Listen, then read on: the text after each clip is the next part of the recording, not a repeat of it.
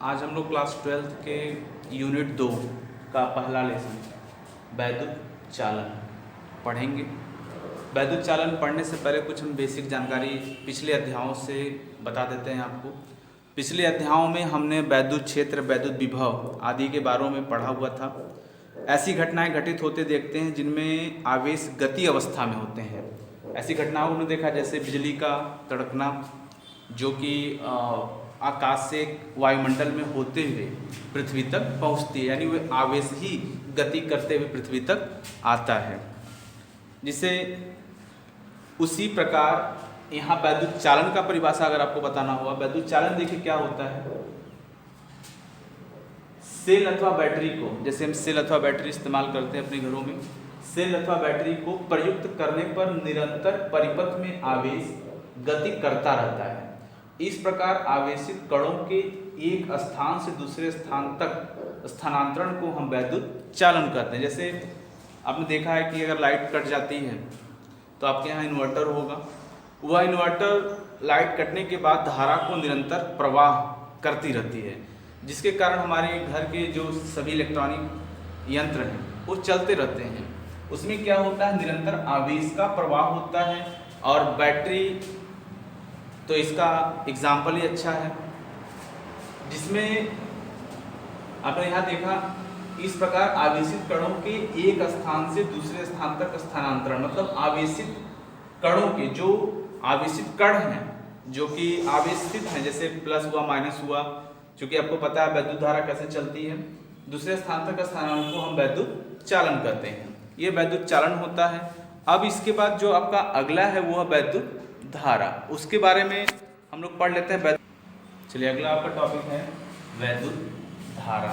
वैद्युत धारा आप 10वीं क्लास में भी पढ़े हैं, लेकिन इसके पहले में इसकी थोड़ी सी आप जानकारी समझ लीजिए। वैद्युत धारा क्या होता है, ये तो परिभाषा आपने पिछली कक्षाओं से पढ़ते हुए चले आ रहे हैं, लेकिन थोड़ा इसके बारे में समझ लीजिए क्या होता है वैद्युत धारा। जब किसी वैद्युत आवेश पर, जैसे जब कोई वैद्युत आवेश है, वैद्युत आवेश स्वयं गति नहीं करता, उस पर वैद्युत क्षेत्र लगाना होता है।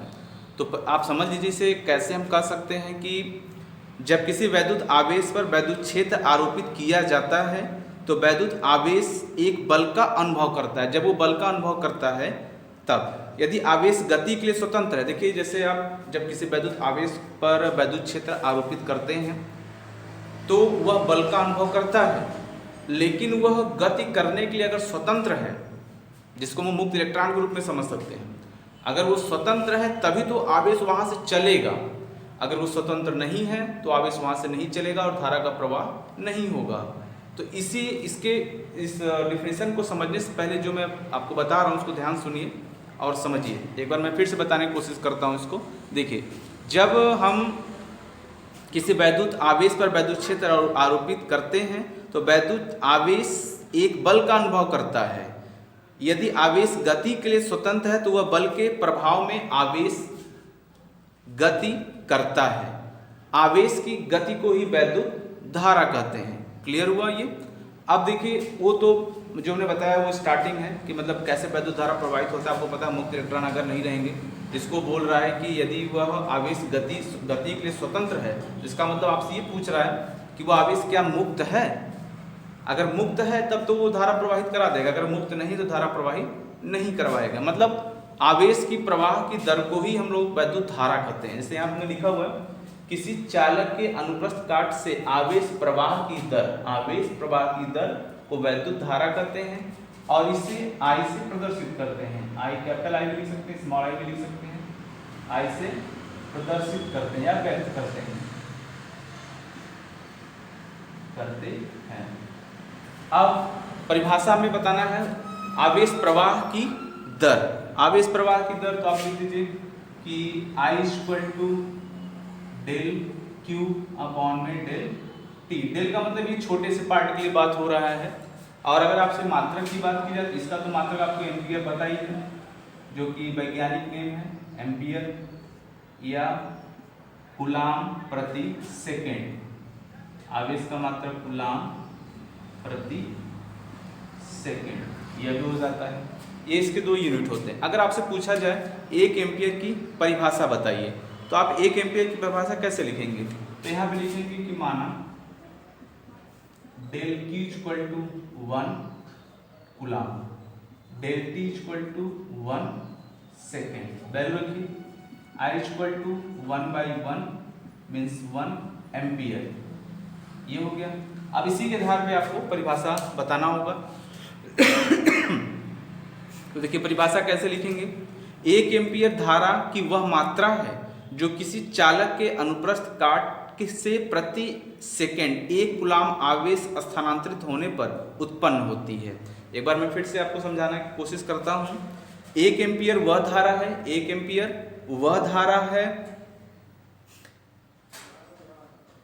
जो किसी चालक के अनुप्रस्थ काट से, जो कोई भी चालक हो उसका अनुप्रस्थ काट से प्रति सेकंड प्रति कूलाम, प्रति सेकंड प्रति कूलाम आवेश स्थानांतरित करा सके, उसे 1 एम्पियर कहा जाता है। ये आपका अगला टॉपिक हम लोग का धारा घनत्व है। देखिए धारा घनत्व क्या होता है। किसी चालक में किसी बिंदु पर प्रति एकांक क्षेत्रफल से अभिलंबवत गुजरने वाली वैद्युत धारा को उस बिंदु पर धारा घनत्व कहते हैं। अब देखिए किसी चालक, तो मान लीजिए हमने एक चालक बनाया,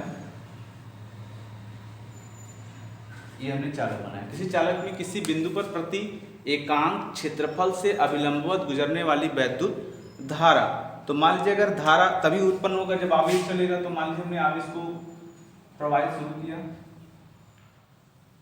ये देखिए ये आपका आवेश, तो हम dq लिख देते हैं। इससे आपको लगे कि एक छोटे से आवेश की मात्रा, और हमने इसको डेल a लिख दिया, एक क्षेत्रफल होगा, ठीक है। फिर यहाँ देखते हैं अभिलंबवत गुजरने वाली वैद्युत धारा को उस बिंदु पर धारा घनत्व, जिस जिस बिंदु पे ये होके गुजरेंगे जहाँ जहाँ से, उसी को हम क्या कहेंगे, धारा घनत्व कहेंगे। और इसे J से प्रदर्शित करते हैं, J। तो J इक्वल टू, देखिए क्या क्या इसमें नाम है आपका, है आवेश है और प्रति एकांक क्षेत्रफल है, आवेश और प्रति एकांक क्षेत्रफल। तो अगर हम इसको ऐसे भी लिख सकते हैं, वैसे तो आपको फार्मूला समझना होगा, तो I/A होता है, I/A। जब हम आवेश से बताते हैं तो I का ही मतलब Q से भी हो जाता है, dQ/dA। यहां से मात्रक देखेंगे एम्पियर प्रति क्षेत्रफल का मीटर स्क्वायर। यहाँ पे कूलाम हो जाएगा आपका, कूलाम प्रति मीटर स्क्वायर, ये हो जाते हैं। लेकिन अगर आपसे ये कह दिया जाए कि यदि धारा की दिशा क्षेत्रफल a के लंबवत नहीं है, ये धारा की दिशा क्षेत्रफल a के लंबवत नहीं है, माना धारा की दिशा क्षेत्रफल से अभिलंबों से थीटा कोण बनाती है। इसे मान लीजिए आपने इस चालक को झुका के थोड़ा सा रख दिया, थोड़ा टेढ़ा कर दिया, ऐसे इस प्रकार, ऐसे, तो ये एंगल बनाने लगे आपस में, ये एंगल बन गया। अगर लंबवत, यहाँ तो आपको बोला है कि क्षेत्रफल के अभिलंबवत, हमने कहा अभिलंबवत नहीं गुजरता, तो उसका भी केस तो हमें पता होना चाहिए। तो उस स्थिति में हम लिखते हैं J इक्वल टू I, या डेल आप लगा सकते हैं, del I del A cos theta, तब ये आप फार्मूला इस्तेमाल कर सकते हैं यदि ये अभिलंबवत नहीं गुजरता है। अब इसके बाद ये आज का आपका 2 या 3 टॉपिक रहा, आज इतना आप तैयार करिए। इसके बाद कल थोड़े बड़े डेरिवेशन मिलेंगे, उसको करना होगा। धन्यवाद, अच्छे रहिए, स्वस्थ रहिए।